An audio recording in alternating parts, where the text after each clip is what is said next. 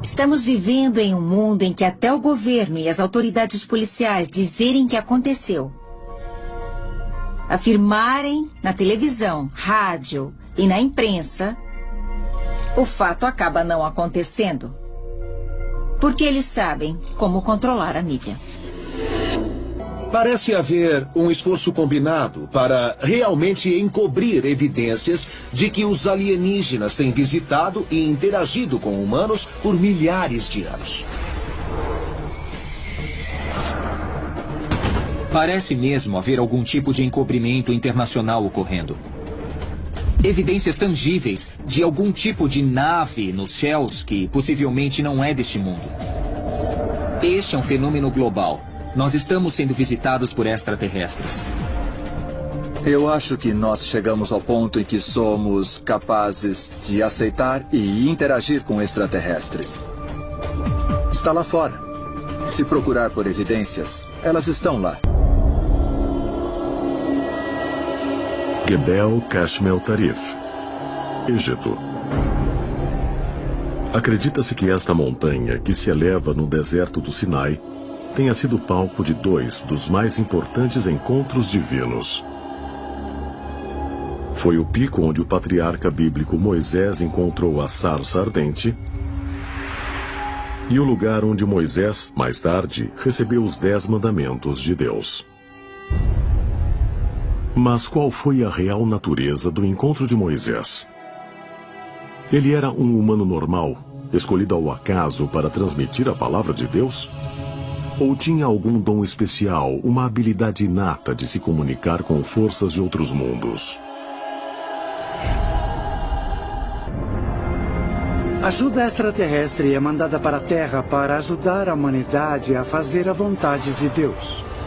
É importante ver que a religião bíblica é uma religião extraterrestre, no sentido de que Deus não é da Terra. Aprendemos isso na oração.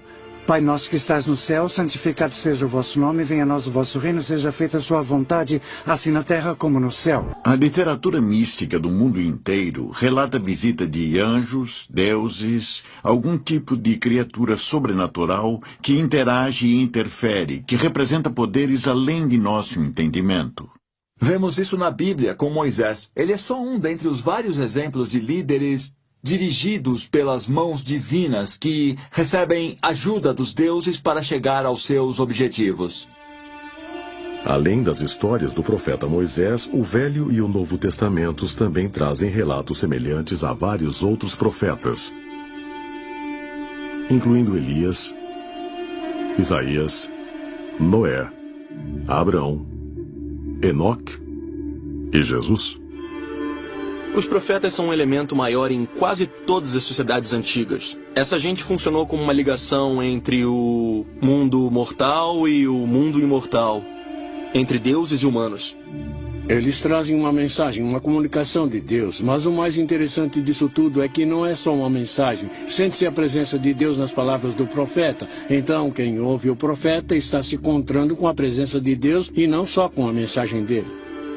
Então, quando havia um profeta que era autoridade na comunidade, que dizia que Deus estava aborrecido com alguma coisa e que você precisava fazer algo para acalmar esse Deus ou deusa, você fazia.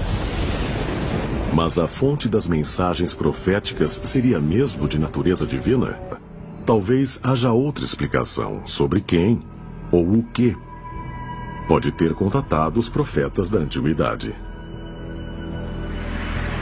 Nós estamos começando a nos dar conta de que isso não é religioso, de que são pessoas que tiveram experiências anômalas com entidades, um contato com inteligência não humana. Profetas e profecias são evidências de que seres superiores estão nos instruindo e ajudando a criar a civilização, para que nós avancemos, e mesmo para nos advertir sobre o futuro, dizendo o que vai acontecer para que nos preparemos. Será mesmo possível que seres extraterrestres fizeram contato com os antigos profetas? Talvez as respostas sejam encontradas examinando melhor a história de Moisés, como descrita há milhares de anos em Crônica do Velho Testamento, no livro do Êxodo.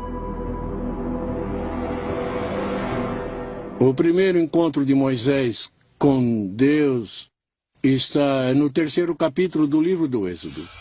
Moisés encontra uma sarça em fogo e Deus fala com ele através das chamas e dá a Moisés uma missão que é libertar os hebreus aprisionados no Egito.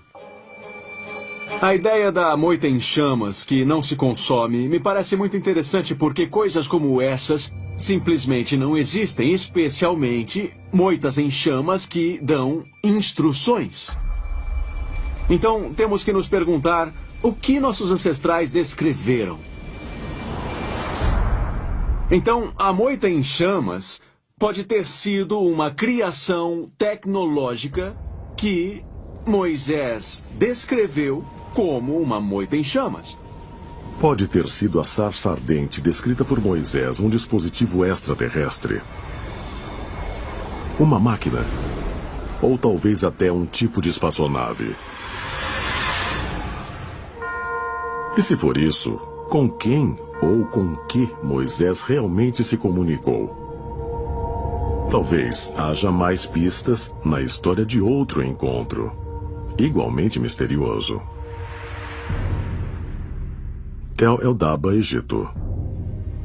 Alguns peritos e pesquisadores acreditam que foi aqui, na área nordeste do delta do Nilo, que os israelitas começaram seu êxodo e onde Moisés teve seu segundo encontro divino, desta vez com um incrível objeto no céu. Eles foram encontrados a meio caminho de seu destino pelo que eu chamo de OVNI bíblico. Em Êxodo capítulo 13, versículos 21 e 22, lemos: Durante o dia o Senhor ia na frente numa coluna de nuvem, e de noite numa coluna de fogo, e podiam andar dia e noite. Quer dizer, a coluna estava sempre lá. O que a Bíblia nos diz é que a presença de Deus se manifesta de modo dramático ao lado dos israelitas. A pergunta que sempre foi feita é: o que era a coluna de fogo? O que era? Era Deus? Ou era algum tipo de espaçonave? Era uma baliza que eles deviam seguir? O povo hebreu seguia um objeto e ficou muito claro que quando o objeto ficava no chão, as pessoas paravam e acampavam. Quando ele decolava, levantavam um acampamento e seguiam em frente.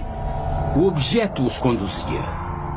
E a descrição de uma coluna de nuvem e de fogo, uma coluna é um objeto cilíndrico, talvez rígido, sólido, muito similar aos OVNIs reportados hoje. O OVNI tipo disco voador é o mais famoso, mas os cilíndricos são os mais comuns.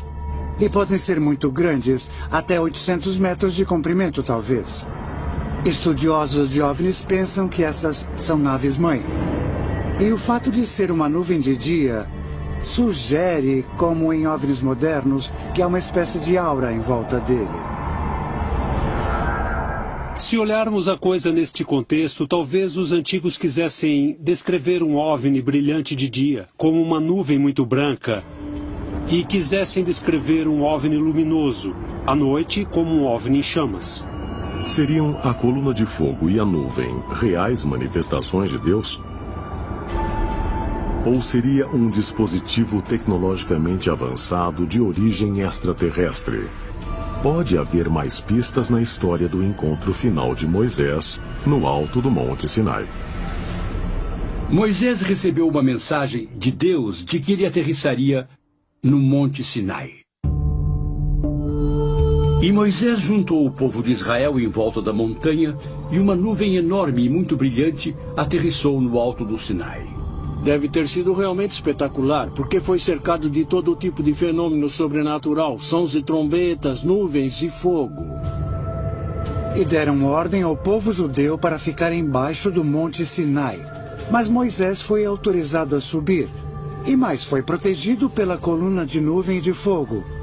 Então ele pôde subir, mas ninguém mais pôde. Segundo os textos bíblicos, Moisés subiu a montanha e entrou na nuvem de luz. Ali, ele comungou com Deus Todo-Poderoso, o Criador do Universo.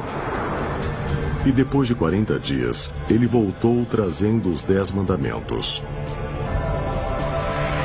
Moisés subir a Deus e ficar fora 40 dias lembra muito os contatos imediatos de hoje em dia, onde quem é contatado recebe instruções e regras a seguir em termos de elevar a raça humana.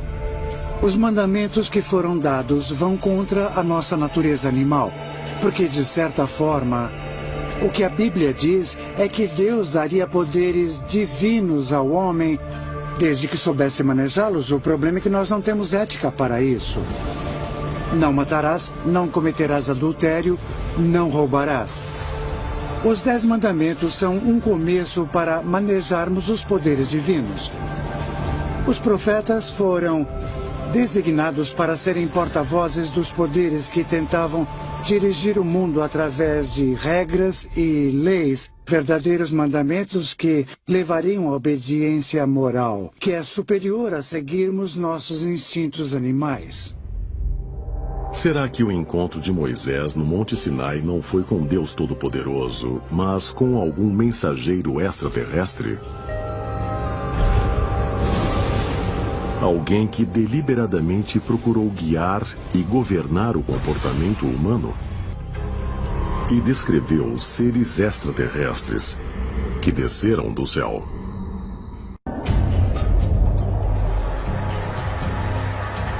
Lumbini, Nepal, século IV a.C. Foi nesse período que os contos de Jataka, antigos poemas budistas em prosa, foram escritos. Os formidáveis escritos documentam o nascimento sobrenatural e a vida do Supremo Buda, líder espiritual sobre cujos ensinamentos foi fundada a religião budista. Ele foi psiquicamente marcado por mensagens telepáticas de seres extraterrestres. A mãe de Buda é a rainha Maia e acredita-se que ela teve um sonho uma noite. Sonhou com um elefante branco entrando em seu útero, pelo que ela concebeu e deu a vida a Buda. O Buda, acredita-se, atingiu a iluminação depois de meditar um longo tempo sob uma árvore. A iluminação se chama Nirvana. No budismo, há uma história interessante de Buda se encontrar com os chamados Devas, espíritos especialmente luminosos. Devas são como super-humanos, como super-heróis. Eles podem voar, vivem muito tempo, são muito fortes, muito mais altos do que os humanos. Eles também têm naves que ajudam a voar. Devemos nos perguntar quem são esses Devas. De muitas formas parecem ser extraterrestres. Buda escreveu sobre esse estado que chamou de Paranirvana, como sendo um estado de contato com os imortais. E outras tradições dizem que isso se dá quando se faz contato com os deuses. Muitas figuras religiosas tiveram experiências de tipo extracorpórea. O próprio Buda disse que podia alcançar várias dimensões interagindo com seres diferentes. Podem existir outras dimensões, outras realidades em paralelo conosco, contendo extraterrestres. Manchester, Nova York, março de 1830.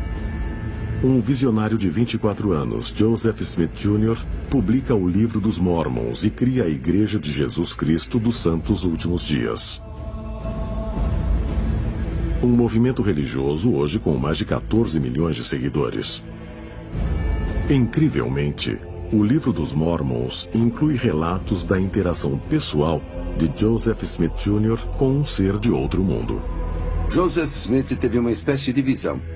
Ele escreveu que um anjo apareceu a ele, um anjo chamado Moroni. Esse anjo apareceu 3 vezes e disse a Joseph Smith que ele devia ir a uma determinada colina, que deveria empurrar uma pedra chata e encontraria uma caverna. E na caverna acharia escritos desconhecidos. Ele mostrou a Joseph Smith o local do tesouro escondido, placas douradas com escritos de algum outro lugar, uma nova revelação, um novo livro da Bíblia. E ele explicou que tinha vindo das estrelas Pleiades, de modo que a fonte do Livro dos Mormons é extraterrestre.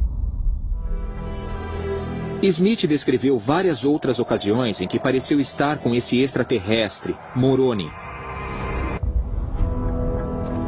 Joseph Smith é interessante porque se encontra com seres míticos. A história de Smith é bastante peculiar, obviamente porque uma religião foi criada com base nos seus encontros. Podemos ver como quisermos. Podem ser seres de carne e osso ou anjos de verdade, mas serão sempre extraterrestres. Quanto a isso, não há dúvida.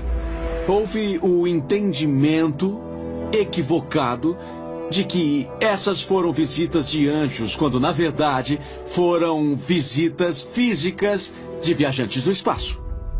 Seria possível o anjo Moroni, que instruiu Joseph Smith Jr., ser de fato um extraterrestre? E se for assim, seria o Livro dos Mormons uma evidência de que esses seres compartilharam informações com a humanidade?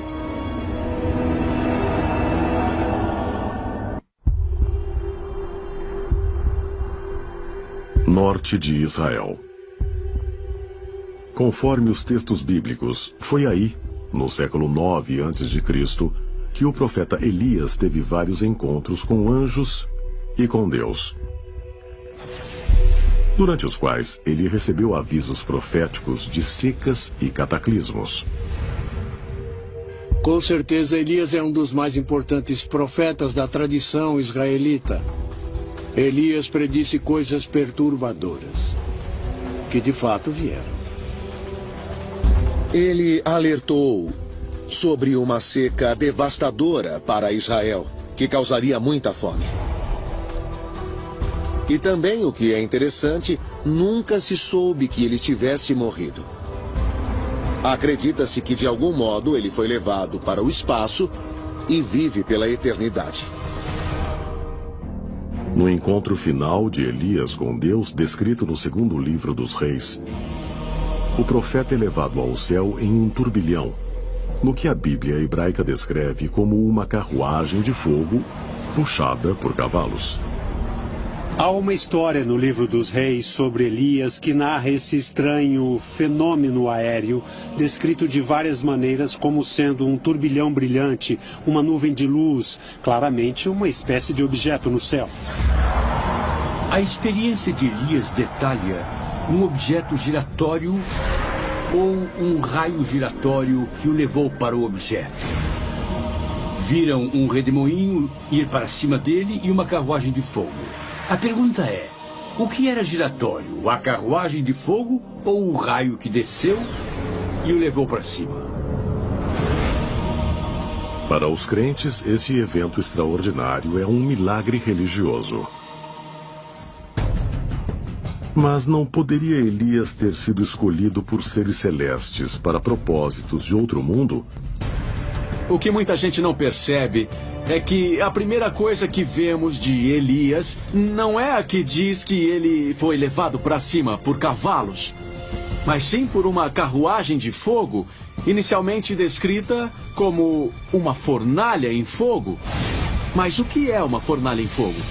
O fogo poderia ser de alguma máquina. Ele foi levado por um turbilhão, sabe? É só olhar, por exemplo, a decolagem do ônibus espacial. Existe todo um estrondo, um turbilhão de fogo de foguetes, etc. Colocado em contexto, fica fácil enquadrar o evento na categoria OVNI. Teria sido Elias um homem escolhido por seres extraterrestres para ajudar a corrigir o curso da humanidade? E se for assim, essa ajuda explicaria outros eventos bíblicos, mais incríveis ainda, entre Deus e a humanidade. Quem vê Elias vê uma embarcação, uma nave básica, uma carruagem de fogo. E então entram nela. Eles encontram os seres que são muito luminosos e que falam com eles, dão instruções. Serão os estranhos relatos de Elias, Joseph Smith Jr. e Buda, uma prova de que seres divinos influenciam a humanidade há milhares de anos.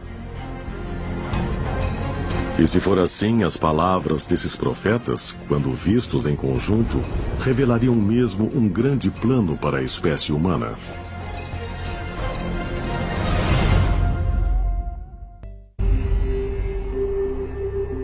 Persépolis, Irã.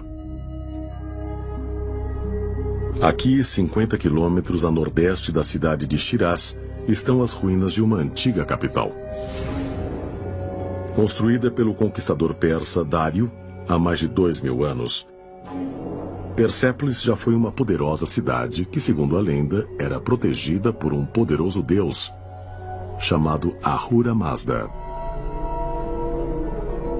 E gravado na pedra, acima do que resta das ruínas de um prédio chamado Triplon, há a representação de um antigo deus que está dentro de um disco alado. Ahura Mazda era central na antiga religião persa, o zoroastrismo, e nas experiências de um profeta chamado Zaratustra, que viveu há 2600 anos. Zaratustra foi o fundador de uma religião. Ele era de um lugar perto da Pérsia atual, quer dizer do Irã.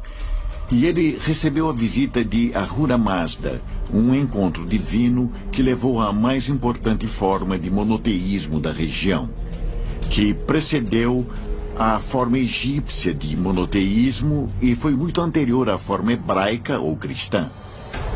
Segundo antigos textos do zoroastrismo chamados Avestas, o primeiro encontro de Zaratustra com Ahura Mazda ocorreu no topo de uma montanha envolta em nuvens e banhada por uma luz misteriosa.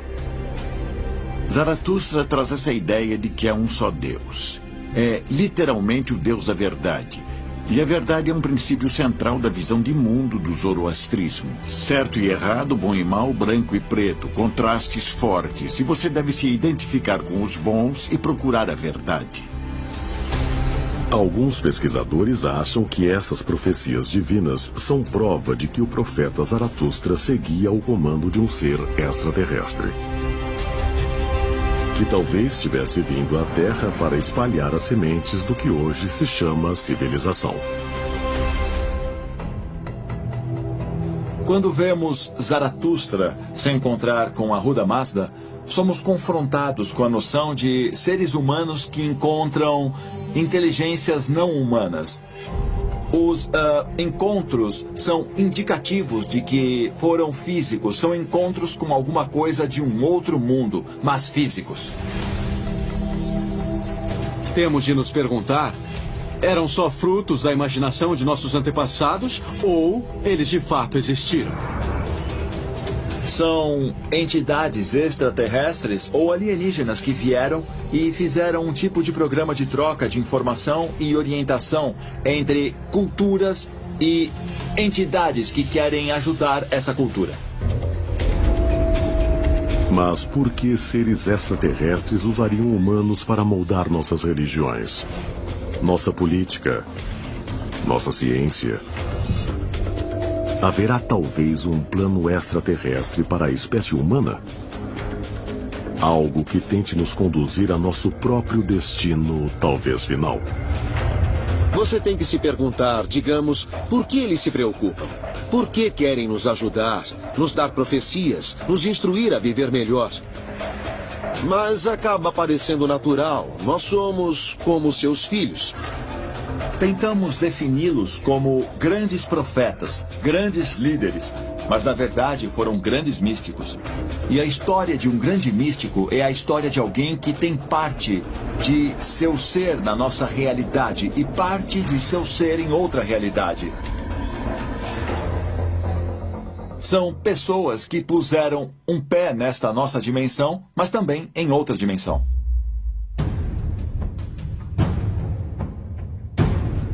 Profetas, escolhidos por seres de outros mundos, e que levam mensagens que mudaram o destino da humanidade.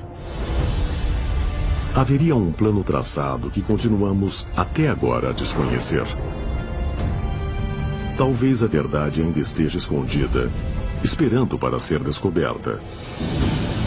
Ou talvez seja revelada quando eles voltarem.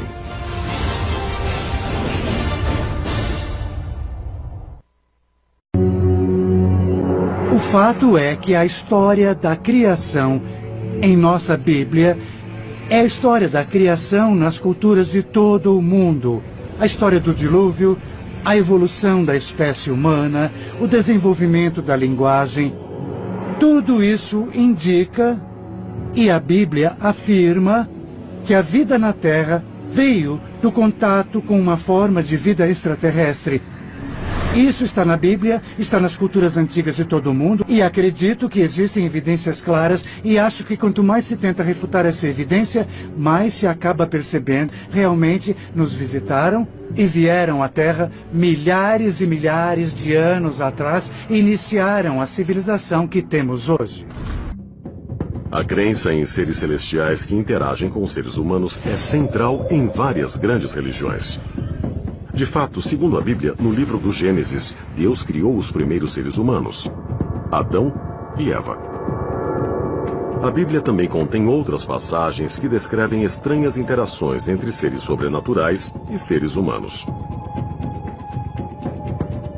As pessoas acreditam que os mensageiros desceram dos céus, fizeram sexo com seres humanos, e foi isso que produziu gigantes como Golias. Assim, em sentido técnico, eles são alienígenas. Sejam deuses ou sejam anjos, eles são seres sobrenaturais. A interpretação das histórias bíblicas tem provocado debates e controvérsias. Quase todos veem um único Deus dirigindo e influenciando o destino humano, mas outros argumentam que diversos deuses são responsáveis por isso. O Antigo Testamento diz claramente: façamos o homem à nossa imagem e semelhança. Agora, do ponto de vista gramatical, essa frase não tem sentido, porque lemos Deus e depois lemos nossa imagem. Bom, os teólogos sugerem que nossa se refere à Trindade, à Sagrada Trindade. Então, basicamente, se mudássemos a palavra Deus para deuses, de repente a frase faria sentido. Então os deuses criaram o homem à imagem deles. O que temos então é essa referência: criemos o homem à nossa imagem. Isso você encontra em vários textos religiosos, especificamente a Bíblia judaica, que os cristãos também aceitam, e no Alcorão, que os muçulmanos consideram sagrado. Lá temos a referência a Deus no plural. Isso é muito interessante. Por milhares de anos, a humanidade tentou representar os seres que acreditavam terem vindo dos céus.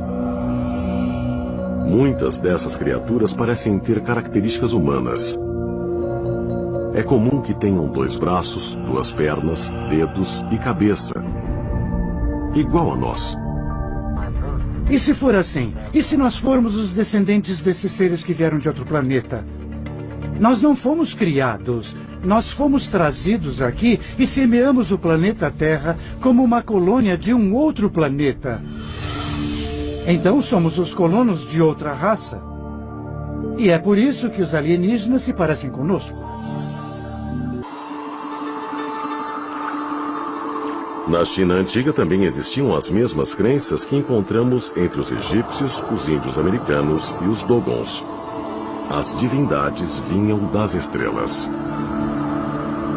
Segundo a mitologia chinesa, que data de 3000 a.C., quando o deus chamado Wangdi nasceu, houve uma radiação da grande estrela Qi.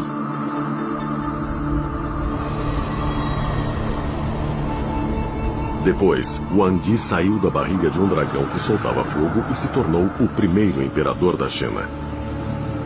As origens do povo chinês Han começam com a história de um grande deus que olhou para baixo com empatia. Aqui, as pessoas eram pobres, em um país belo e rico, com uma linda paisagem. Mas as pessoas sofriam. Ele se apiedou e decidiu vir até aqui.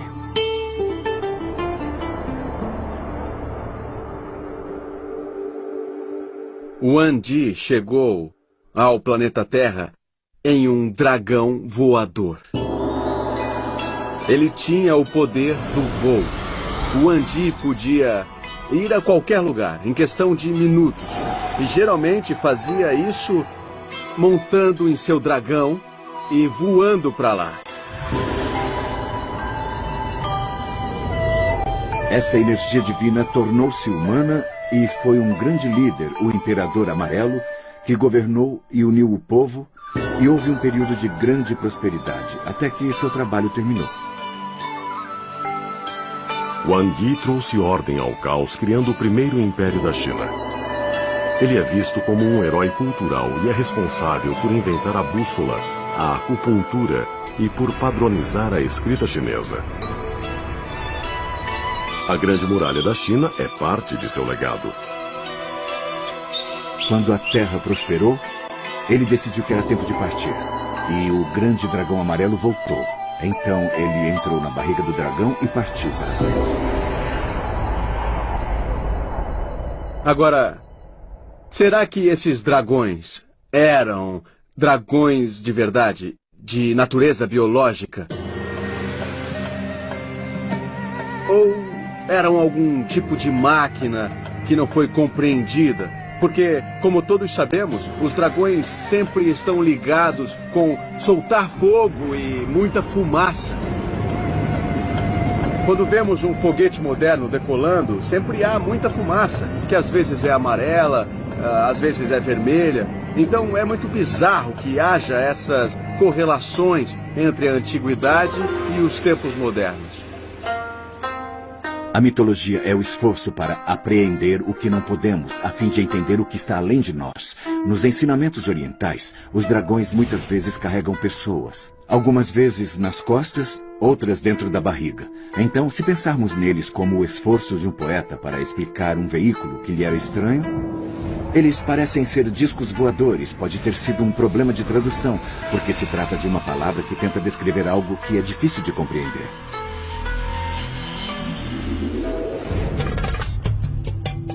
6.500 quilômetros a oeste da China, há outra lenda de seres celestiais que influenciam uma civilização no lugar onde hoje fica o Iraque.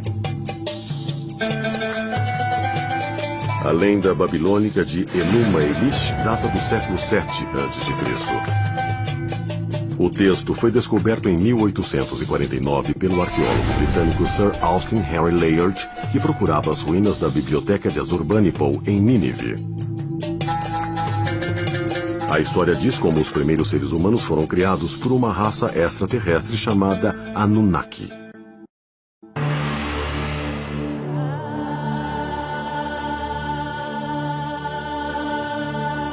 Nos textos antigos da Suméria, existem descrições de seres que desceram dos céus e que se chamavam Anunnakis.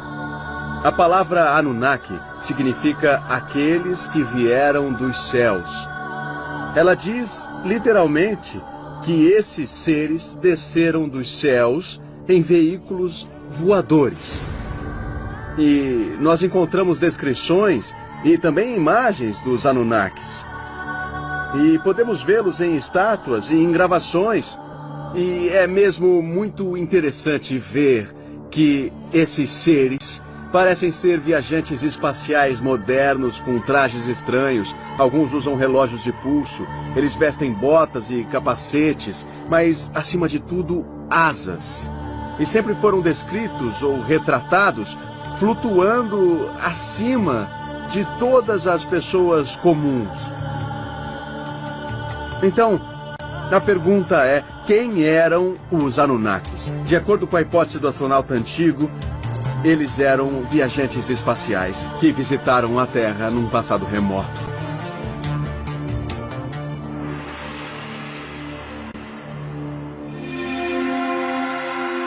Temas similares podem ser encontrados nas lendas dos deuses gregos e romanos, que também descrevem eventos que alguns interpretam como contatos extraterrestres.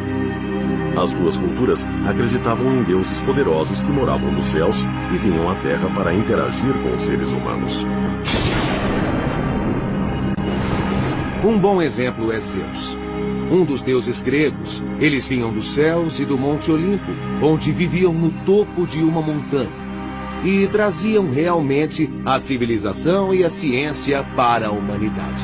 Porém, eles tinham muitos atributos humanos, sentiam-se atraídos pelas mulheres humanas, queriam ter sexo e filhos com todas as mulheres que pudessem e depois retornavam para os céus. A ideia de deuses que se casam com seres humanos é muito comum. Zeus, na mitologia grega, sempre vinha acasalar com mortais e produzia semideuses como Hércules ou Helena de Troia, que eram excepcionalmente belos, extremamente poderosos e tinham talentos incomuns e abundantes. Em outras palavras, estavam criando uma raça melhor nesse sentido. Segundo a teoria do astronauta antigo, todo o panteão de deuses que temos na Grécia Antiga é formado por seres extraterrestres de carne e osso, que foram interpretados como sendo criaturas divinas por nossos ancestrais. Existem muitas evidências mostrando que não estamos sós no cosmos e que as civilizações humanas na Terra têm interagido por longos períodos de tempo com inteligências extraterrestres. Será que os extraterrestres são responsáveis pelos mitos sagrados das primeiras civilizações humanas? Será que alteraram nosso DNA? Será que os seres humanos são alienígenas vindos de outro planeta ou mesmo de outro tempo? Os homens continuam em busca de resposta para as perguntas que permanecem. Se vieram aqui, qual era a missão deles? A Terra é o nosso lar, mas com condições perfeitas para a vida, poderia ser um farol para outras civilizações inteligentes que habitam nosso universo.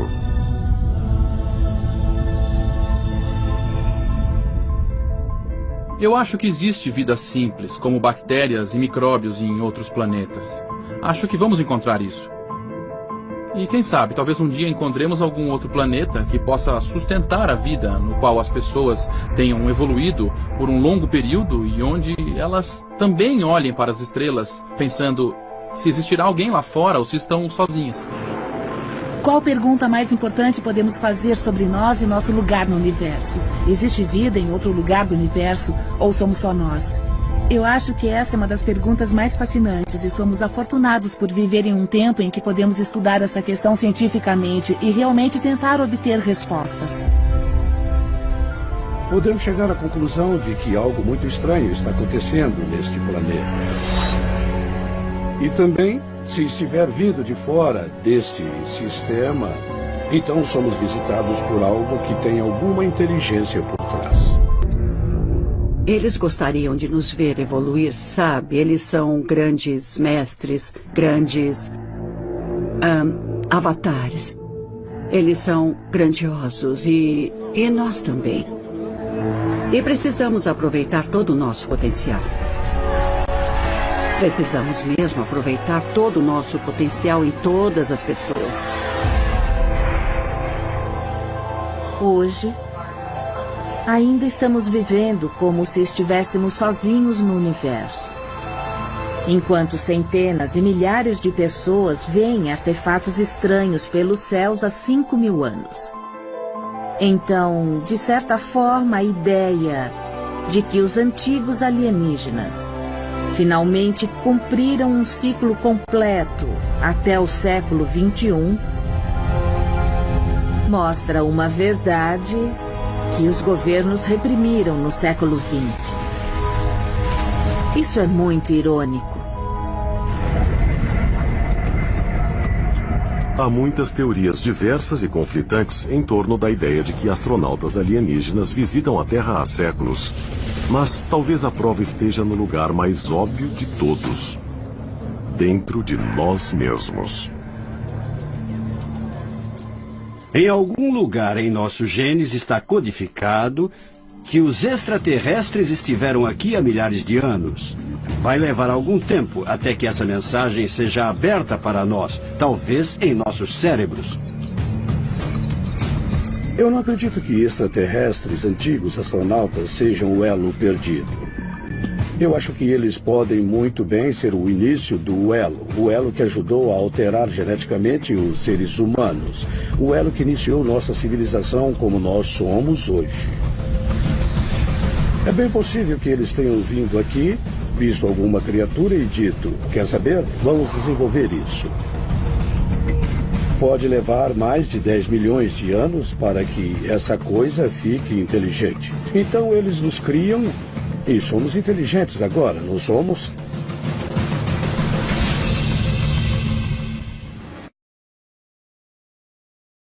Os antigos ETs realmente queriam controlar a raça humana. O deus Enki criou os humanos como uma raça de escravos.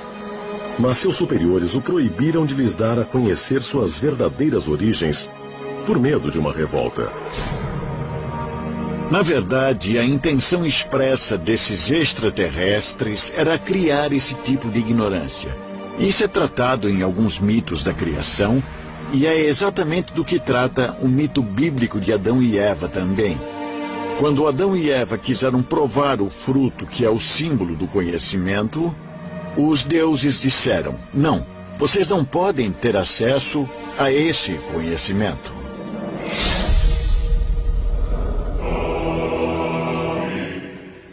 Segundo antigos textos sumérios, Enki desafiou seus superiores e entregou o conhecimento proibido a uma sociedade secreta, chamada a Irmandade da Cobra.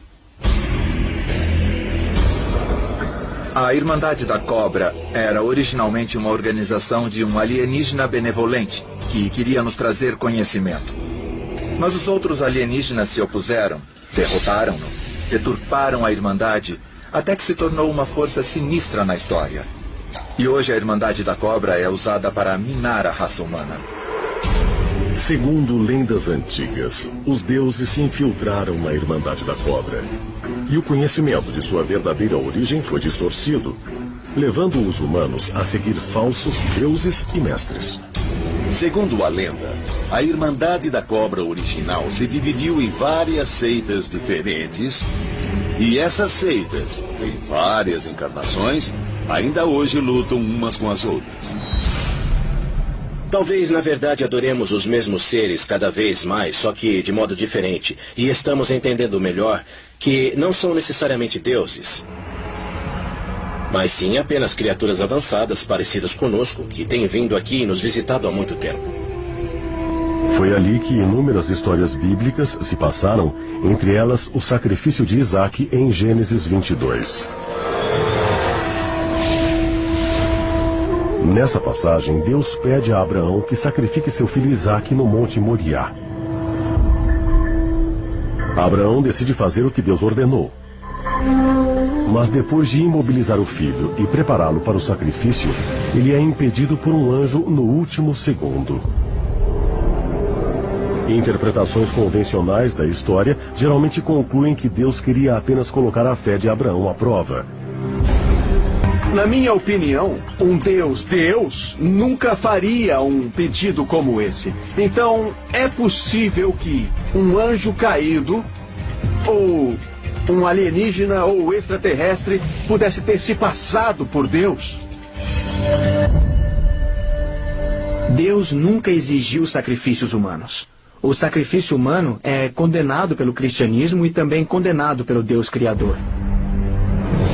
O filósofo francês Sartre tem uma frase famosa que diz: se um anjo me pedisse para sacrificar meu filho, eu pediria o documento de identidade dele.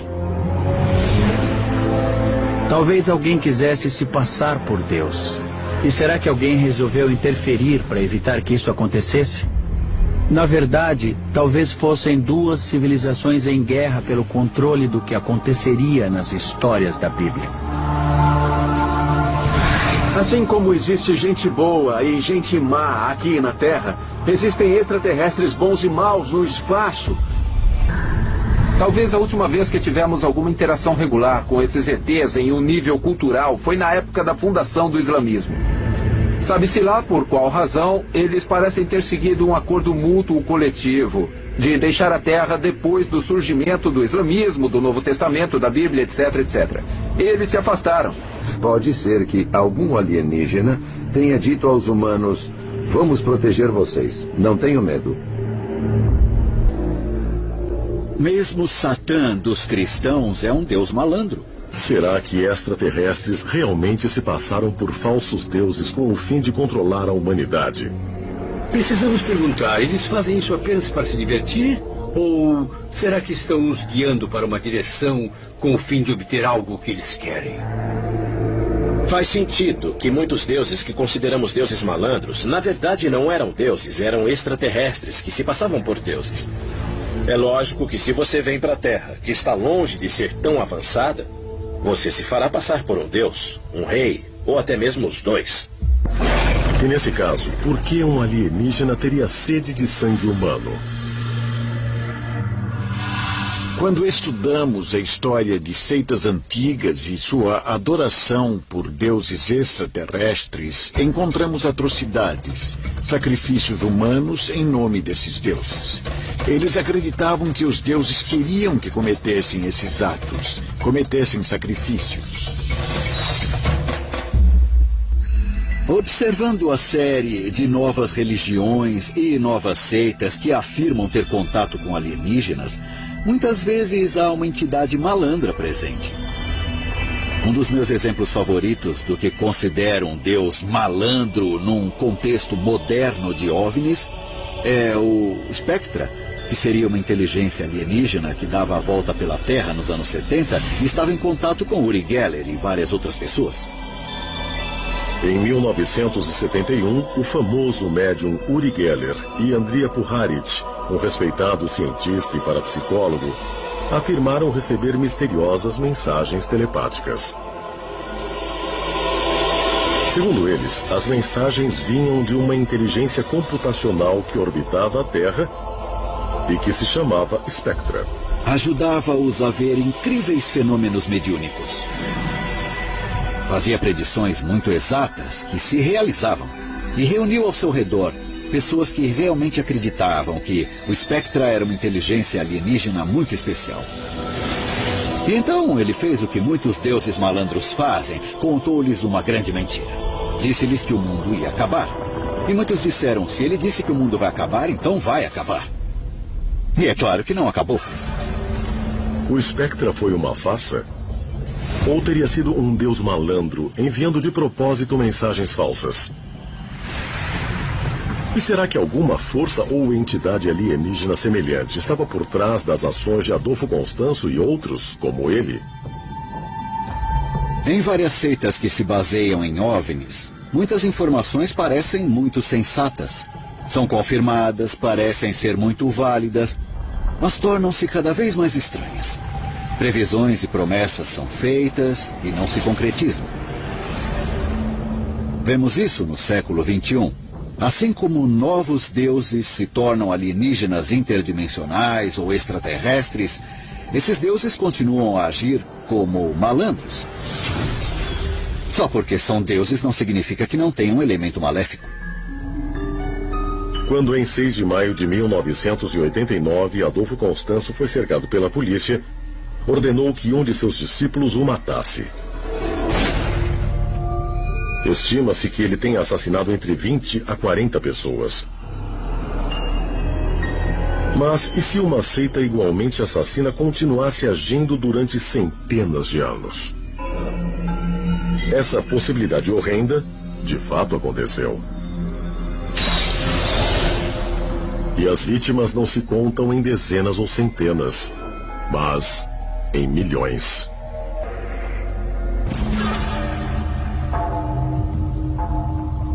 Norte da África, 4º século depois de Cristo.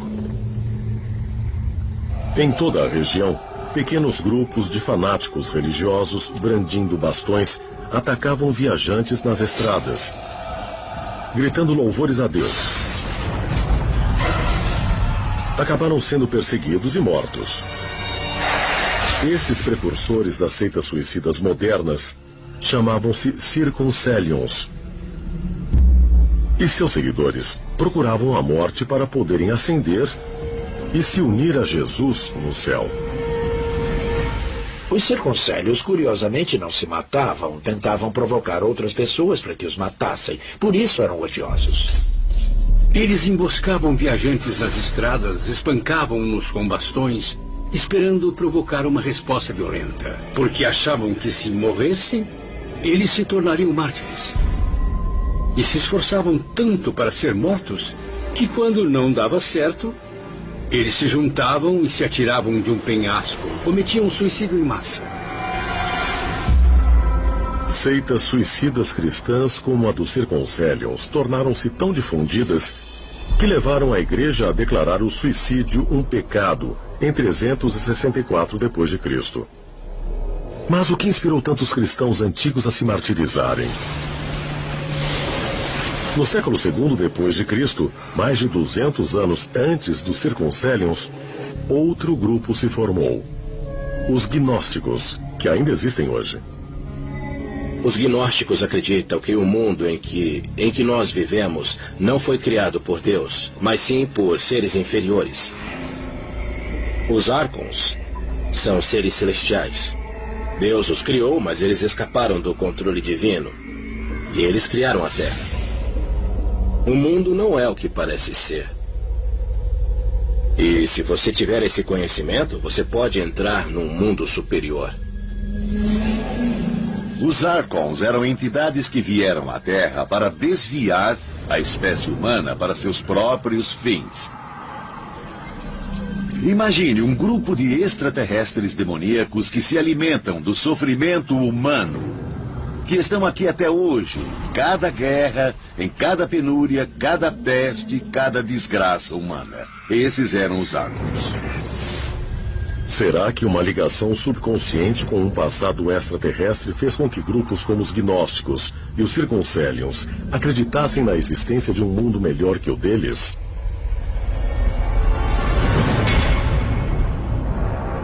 Genebra, Suíça, 1984.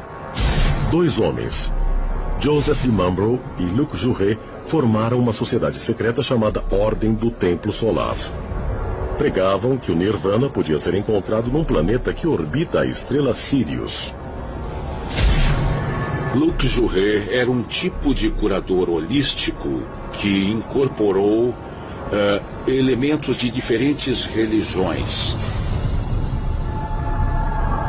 Principalmente o cristianismo, a Ordem dos Templários, afirmações sobre extraterrestres e criou um construto religioso. Jouret era o mentor do grupo, mas era a filha de Mambrou, que chamavam de criança cósmica, que lideraria o novo mundo. Joseph de Mambrou conseguiu convencer seus seguidores que sua filha, Emmanuelle, era um ser divino e que, comunicando-se através dela, ele descobriria que o futuro deles num planeta ao redor de Sirius estava totalmente estabelecido. E no final eles acreditaram nisso a ponto de desejarem abrir mão de suas próprias vidas.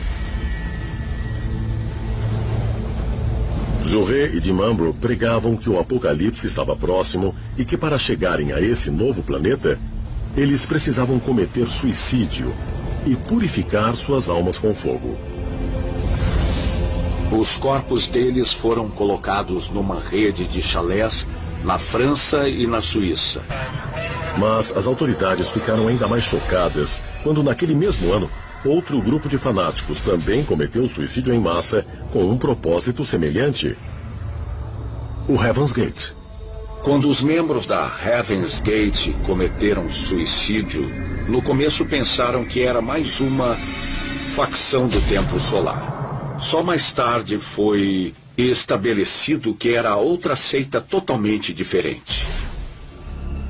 No final dos anos 80, ao mesmo tempo em que a Heaven's Gate e a Ordem do Templo Solar conquistavam seguidores, mais uma seita se formava em Uganda, chamada Movimento pela Restauração dos 10 Mandamentos Divinos. O líder, Joseph Kibuiter, afirmava estar em comunicação direta com a Virgem Maria através de aparelhos elétricos em sua casa. A Virgem Maria falava pelo telefone, pela televisão, o que é muito semelhante ao modo com que seitas baseadas em extraterrestres afirmam se comunicar com OVNIs. Kibuiter previu que o mundo acabaria em 31 de dezembro de 1999. Quando a data passou e nada aconteceu, ele decidiu acabar com o mundo ele mesmo. Ele os envenenou e jogou os corpos em poços. No final, trancou mais de 500 pessoas numa igreja de madeira e a incendiou. Mais de 750 corpos foram recolhidos. Essa foi a tragédia ligada a uma seita mais horrível da história moderna. 3 seitas diferentes. Todas cometeram suicídio ou assassinato em massa num período de 5 anos. Mais de 1000 mortos. E as 3 seitas acreditavam que recebiam mensagens de seres de outro mundo. Mensagens que os convenciam que a morte os transportaria para uma vida melhor, no céu. Coincidência? Ou será que essas seitas realmente tinham algum tipo de comunicação bizarra com extraterrestres? Será que alienígenas usaram algum tipo de tecnologia elétrica ou biomagnética para levar líderes de seitas, como Marshall Applewhite, Shoko Asahara e seus seguidores, a cometer atos horrendos ou insanos, como assassinato, tortura ou suicídio em massa? Será que esses homens e mulheres, assim como milhões de outros, séculos atrás, entraram em contato com uma força que não entenderam? Uma força que interpretaram o mal? Muitas seitas modernas, lideradas por, digamos, malucos, podem estar interpretando mal eventos que ocorreram ao longo da história. Eventos relacionados à Bíblia ou fenômenos astronômicos. Os líderes de seitas podem estar interpretando mal mensagens extraterrestres ou ser diretamente guiados por elas. Mas será que um dia descobriremos que os outros mundos que anunciam realmente existem? E o objetivo final deles é nos ajudar ou nos prejudicar?